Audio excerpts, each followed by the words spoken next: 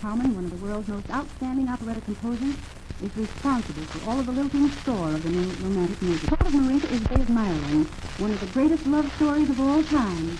It's the nostalgic and moving story of the dashing crown prince who dared to love against the emperor's wishes. But the music from beginning to end is really beautiful. They say that if there is a hit song in a musical, you will hear people humming it when leaving the theater. Well, last evening, not only was everyone humming the tune, Sigh by Night, but those who couldn't hum were whistling. In fact, Sigh by Night, One Last Love Song, and If I Never Walked Again have all been running through my mind as a thing. Well, while I was listening to Joan Roberts and Harry Stockwell and others in the cast sing their many beautiful songs, I couldn't help wonder how it could come from a pen of one man. Every song was different. Every song had a different tempo and a different meaning. But then I learned that EMMERICH KALMAN, who stands together with Lehar and Strauss in the front line of the composers of continental musical comedy, has turned out such outstanding scores as Countess Maritza, Her Soldier Boy, Riviera Girl, Shari, Golden Dawn, and many, many others. In fact, Mr. Kalman's operettas total 100,000 performances on the stages of the world. But now I'd like to learn something about what makes him tick, to speak in the vernacular of the day, and also something about his charming actress wife, who, since her marriage to Mr. Kalman, has given up her own profession and become his manager. I've always been taught that ladies come before gentlemen, and so I'm going to introduce Mrs. Kalman first. Mrs. Kalman, the first question I have for you is one that sort of puts you on the spot. But I know I'm safe in asking it.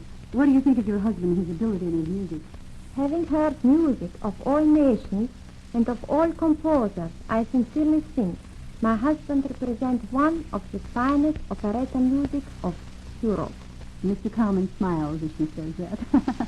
A very lovely smile. You were born in Russia, is that right, Mrs. Kalman? Yes, in Siberia. My family, in fact, fled during the Russian Revolution through Sweden to Paris. It was quite a trying ordeal, a terrible experience. It was a terrible experience. And how old were you, Mrs. Kalman, when that happened? I was 6 years. 6 years old when that That's happened. right. And you do remember some of it, don't you? Oh, yes. Well, in Paris, because of your outstanding beauty, and I heard about it, but now that I've seen you, I understand it, you became a photographer's model, is that right? Yes, and from there I, like many obscure American girls, was offered a contract in the movies. I made 2 pictures in Vienna. 2 pictures in Vienna? That's right. And then what did you do, Mrs. Kalman? Then I met Mr. Kalman. And then everything stopped except Mr. Kalman, is that right? That's right. I gave up all my professional career, and now I'm acting as Mr. Kalman's promoter. And I think he must like that very much. Well, one can tell by Mr. Kalman's accent that he, too, is foreign-born, or was foreign-born. In fact, he was born in Hungary, the apparent cradle for many music masters. Mr. Kalman, now I'm going to talk with you. Just how old were you when you began to feel the urge to know more about this thing called music? It was at the age of 14 that I began to study the piano. In a short time, I made my first appearance in a concert and was discovered as infant prodigy of 12. Oh, an infant prodigy of 12? Yes. In other words, the newspaper said that you were 2 years younger. Yes. And so the Yes. publicity was good. Yes. But after finishing grade school, I went to college. I studied law, thinking maybe I'd like to be a lawyer. You just think what the musical world would have missed if you had been a lawyer. Thank you. Well, did you give up your music then when you went to school or to college? When you were at college in the throes of law, did you give up music? No, I continued studying. In fact, I also did some teaching. I taught children everything. Latin, Greek, piano, composition, everything to collect the money for my first own grand piano. Oh, was it exciting when you got the last dollar and really bought it? I'll bet it Yes. was, wasn't it? Yes. Well, you were telling me that it was at the age of 22 that you wrote your first operetta. What was the name of that operetta, Mr. Kalman? It was Gay Hussar. Gay Hussars. Mm-hmm. I remember so well its opening in Budapest for several reasons. One, because I was naturally very excited about my first opera being performed in Budapest. Later came the first night in Vienna. I went to Vienna to attend the opening, expecting to stay not longer than 2 weeks. I stayed 30 years. 30 years? Yes. You must have liked it in Budapest. That was probably because Vienna inspired you and you felt you wanted to stay there and compose more operettas. Could that be right? It must be that is right. For during my 30 years in Vienna, I introduced a new operetta about every 2 years. About every 2 years. Well, that certainly was working, wasn't it? But you're busy doing that. Vienna must have been filled with your music, in fact. When one operetta had its run in Vienna, I would send it on the road and bring out a new one to take its place. But it was quite different because in Central Europe the road system is not known. The first companies opening the show always falls without tryout. In other words, you mean instead of going on the road like the show does here in this country, you know, if the show is put together, it goes to, I think, New Haven first, and then Yes, Washington and yes, Boston. They have yes. its special route to try out, to see if the people like it. Yes. And if it doesn't go, it doesn't reach New York. But they don't do that in Europe. Is that what you No. mean? I see they just open and that's it. Yes. Well, you were telling me something. I was quite surprised to learn that in Europe the city supports the theater. Is that right? Yes, in Europe all the big cities have its own theater and own companies. So that in one evening 100 theaters are playing my operetta. You mean 100 theaters throughout Europe? We're Yes. playing your Yes. this one operetta of yours. Yes. Well, isn't it quite Yes, thrilling? and I sat in my room and smoked cigars. And let them play. Well, that's wonderful.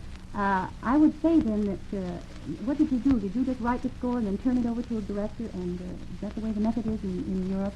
Yes. In other words, then, over there, there isn't as much, shall we say, competition as here. An artist can express without fear of, the wolf at the door. Is that right? In Europe it's also a great deal of competition. In the time when I began to write operettas, I had to fight against the young Leonhard Strauss Leopold. In other words, you were fighting against the very best, weren't you? Well, you were both in Europe during the Hitler terrorism, weren't you? We were in Paris, Did you meet up with Hitler at all? much to our sorrow and our loss. So just what do you mean by that, our sorrow and our loss? Hitler was very fond of my husband's music, and one day he sent an aide to our home to talk with Mr. Kalman. He said he wanted him to return to Vienna, and if he would spend 6 months of each year on German soil writing music for him and the Germans. The other 6 months he could spend just wherever he wished. And, of course he refused. Didn't you refuse, Mr. Kalman? I refused, yes. So for revenge, he confiscated all of our home furnishings. He took 27 troops to carry away all of our prized possessions. Things it had taken us years to collect. There were 5 grand pianos that we loved very much. 5 grand pianos. One of them wasn't the one that you spent so much No. time collecting money to No. buy? No. No. That had gone many years before. These 6 pianos the Germans took from Budapest. I see. Well, Mr. Kalman, I know that you people like America because you told me how much you loved it and how much you want to stay here. But, Mr. Kalman, tell me something about your experiences in America. What do you like and what do you dislike? I like very much the fighting The fighting spirit? spirit of the American actor, especially of the American actress. The whole company is fighting in excellent spirit for the show. I never saw in my life these fighting ladies like Joan Roberts and Luba Malina who give everything in every performance. Then I like to go with the road company. I was in New Haven, in Washington and Boston. In New Haven I liked the orchestra people and I liked the public. They was like relatives. They was happy about the success of my show and my music. I have also nice memories in Washington. Several months ago, the Library of Congress wrote me a letter asking for my manuscript. I gave the Library of Congress the manuscript score of Marinka. The reception that I got in the library is one of my most beautiful memories. In Boston, I liked the public and the newspaper. Both was raving about my show. You like them better there than you did in New York, I'll bet. Yes. You know what I mean, don't you? How about New York? Tell us about that. I came back from Boston very happy and satisfied. The first day that I spent in New York, I had an auto accident and broke completely my left arm. Then the newspaper driver strike came, and it was over one day before our first night. Then I got a partly unfriendly criticism, and part of the newspaper had forgotten that EMMERICH KALMAN had known his 15th premiere on the Broadway and handled me like a real newcomer. They should have done as much research on you as I did. Yes. I'd have known better, wouldn't Yes. they? But finally I like the public in New York because they are coming every night in the Winter Garden, tremendous style. Oh, wonderful. Well, really, when I was there the other evening, it was wonderful, the applause that you got. And now I want to ask you one more question. How long did it take you to write Marinka? Did it take you very long to write it, the show Marinka? 1 year. It took you 1 year? And it took me 6 months to get all the buttons.